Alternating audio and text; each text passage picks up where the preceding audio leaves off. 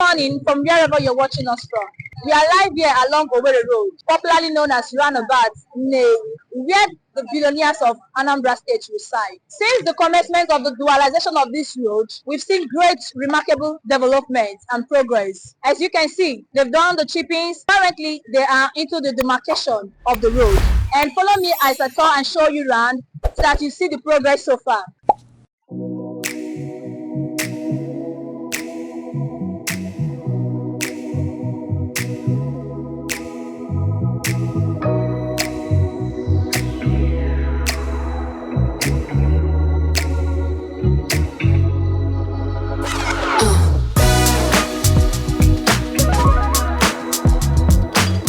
Development starts with this road. As you can see, Nnewi is gradually turning into the new Japan of Anambra State. As the construction of this road, economic growth and infrastructure. Those who have been affected by the construction of this road, we pray that the government of Anambra State compensates to the residents of Anambra State. We commend your patience and support throughout this process. Long live Nnewi, long live Anambra, long live Nigeria. A very big shout out to the government of Anambra State.